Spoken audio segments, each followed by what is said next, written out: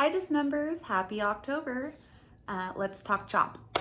So, if you hear growling and savagery from a dog in the background, that's just Sage. He is bored when he's not watching me do these videos, and he will play with his toys, so you'll hear brrr while he rips them apart.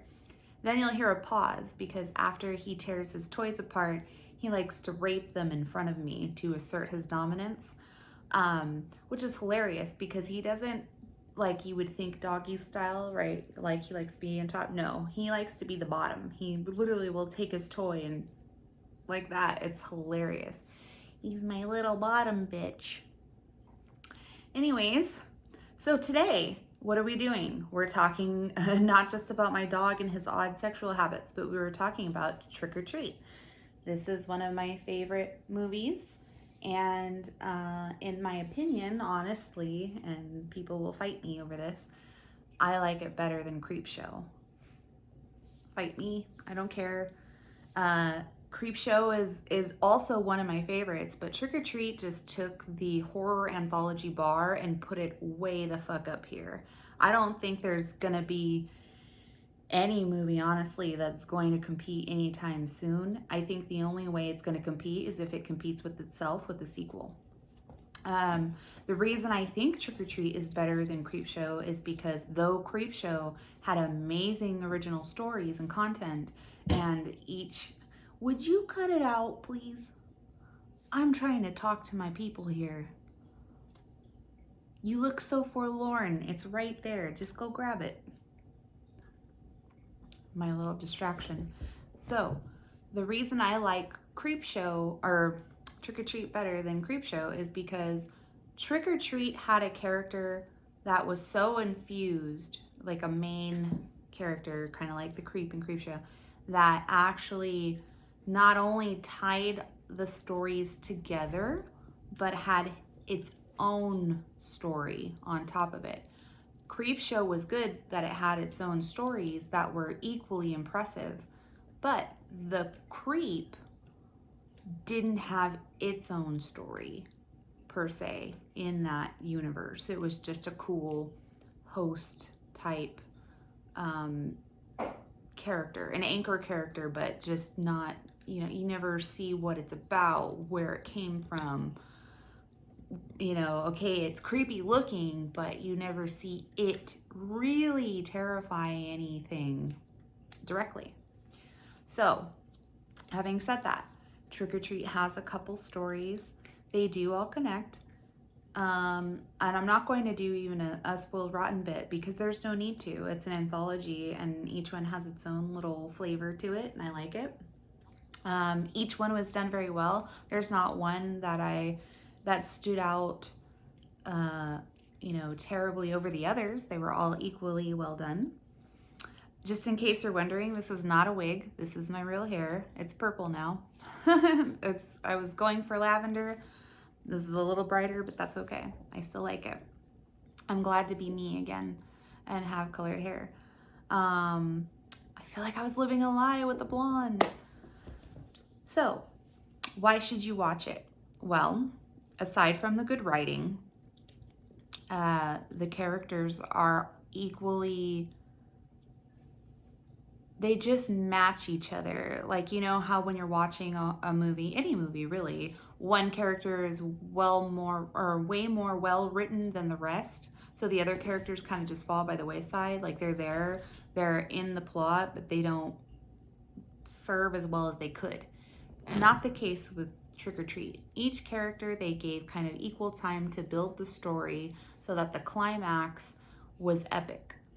Why else do I like Trick or Treat? Because it's actually surprising. There were moments that actually caught me off guard. And like I said before, and if you know me personally, you know that I'm really good at figuring out the endings before, like pretty soon into the movie. I could tell you how it ends.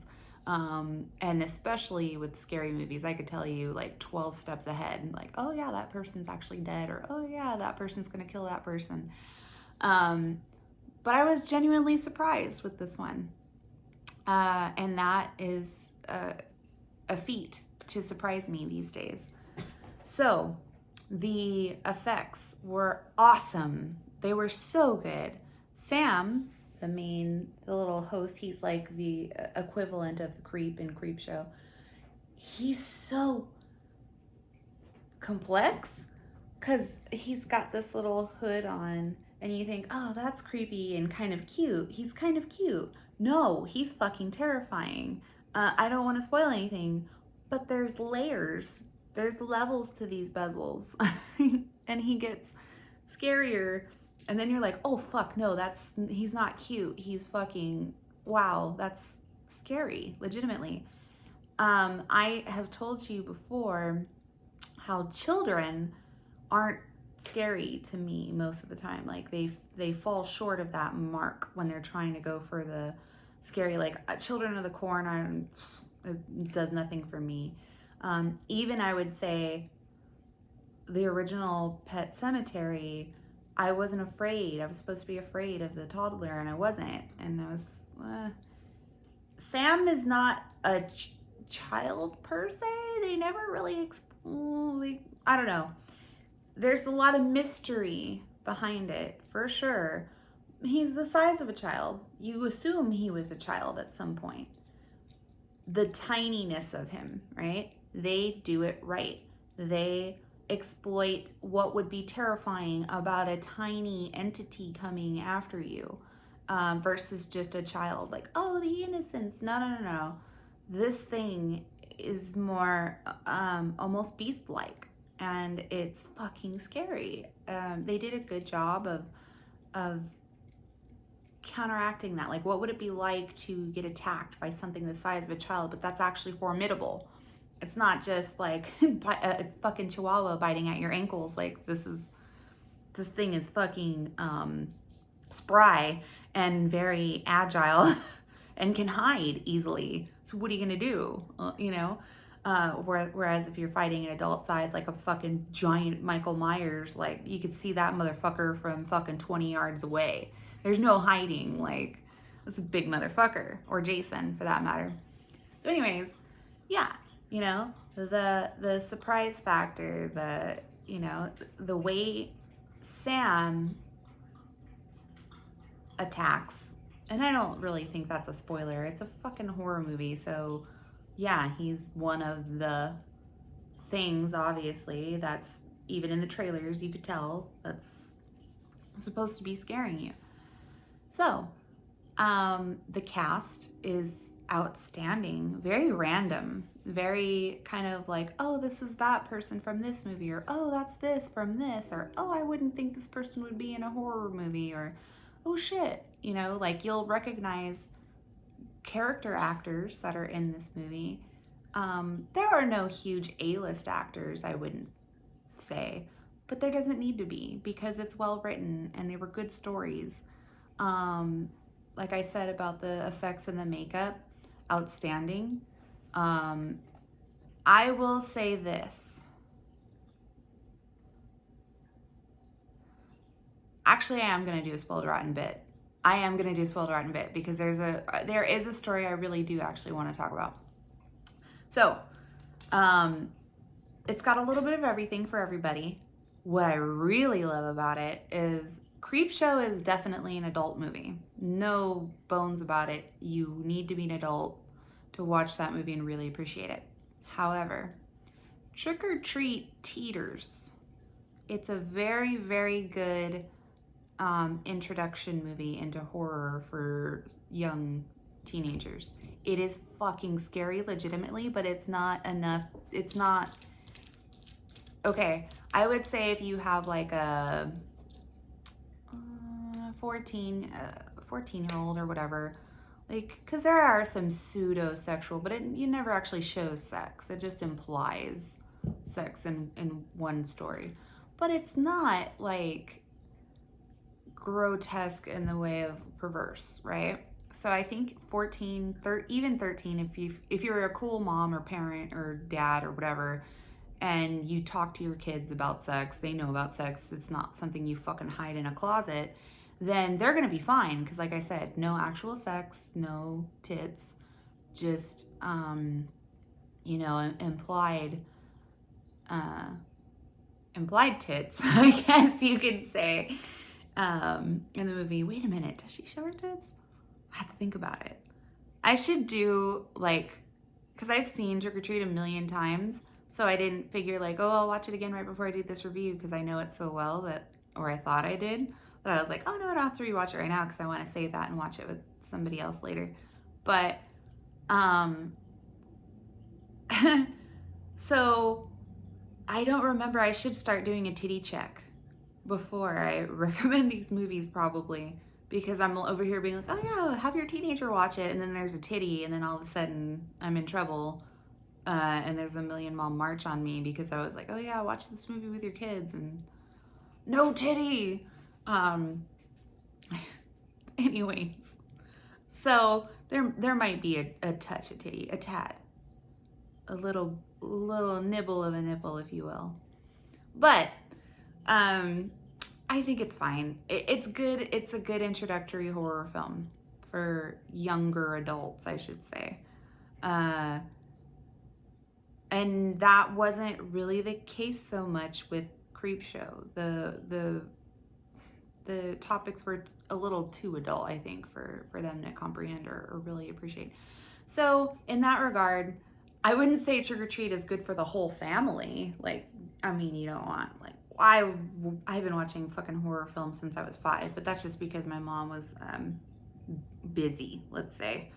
So I wasn't 100% uh, monitored as well as I probably should have been. Hence, probably why I like really scary movies, because I got away with watching some pretty crazy shit. Trick or Treat, would I recommend it? Fuck yes, absolutely.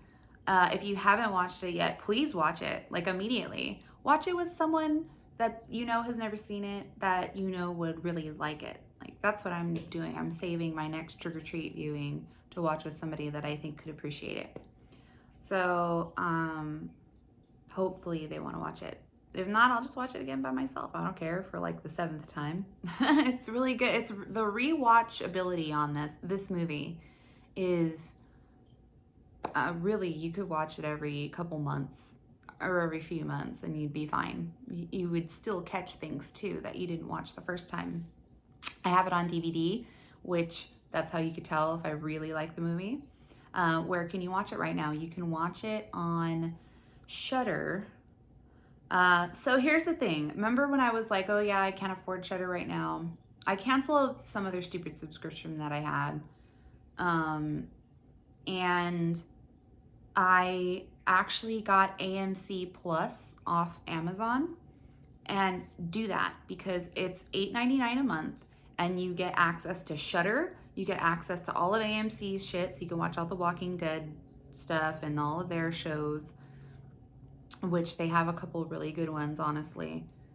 The Terror is a good example. It's a really good show of theirs, other than The Walking Dead.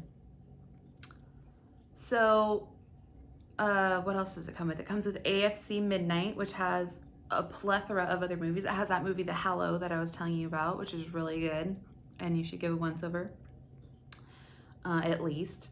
So, it comes with so many different built-in subscriptions. It's totally fucking worth it. Do it. Spend the money. The amount of content you get is just insane. And I'm happy to have Shudder back. I really am. So I will hopefully delve into more movies on there. I'm just not impressed with the newer horror films. It's really a bummer. I'll try to review something new soon. So before I close out, I'm going to do the... I'm just going to mention real quick. Oh, I'm wearing boy shorts, so don't be like, oh shit, she's naked, because you might have seen like a split second of my thigh.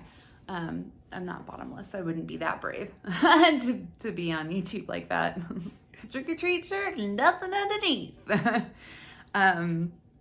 So, oh my gosh, I totally. Oh, spoiled rotten. Ready? Okay. So everybody else, if you do not want to be spoiled, thank you for watching. If you would like to support my channel, like, click, subscribe, share, do the thing, fucking jazz hands. I don't know.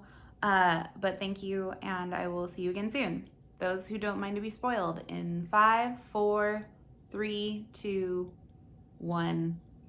That was really hard. My coordination sucks. Okay, so Spoiled Rotten. I want to talk about one of these stories in particular. It's a werewolf story. And I know what you're thinking, because it's super hard to do a werewolf movie correctly, and you would be correct. It is. This movie has one of the best werewolf transformation scenes. Let me tell you, some werewolf transformation scenes are fucking shitty. And you're like, really? Come on, man. Go for the fucking jugular. These are like dog people. Come on. Like, do it. So, transformation scene. Bellissimo. I wouldn't say it's as good as American Werewolf in London, which I feel is the best werewolf movie that I can think of anyways. I mean, it's definitely the top, if not in that top. You know, actually also had a really good werewolf transformation scene, surprisingly, Fright Night.